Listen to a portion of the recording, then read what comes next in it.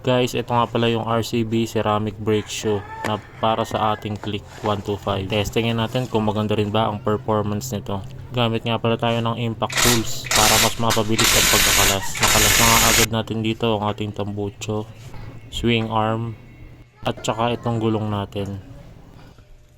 Manipis na nga rin dito ang ating brake shoe at sobrang dumi din, kaya linisin muna natin.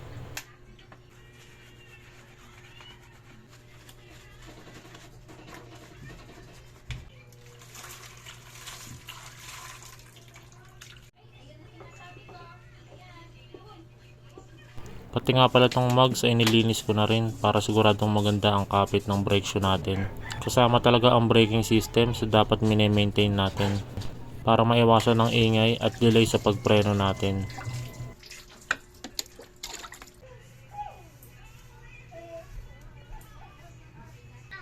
Naglagay na rin pala ako ng grasa para hindi makalawangin.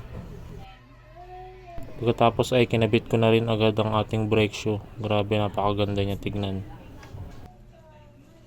Dito naman ay tinesting ko kung gaano siya kakapit. Ayan, at kitang kita niyo naman agad niya napapahinto ang ating gulong.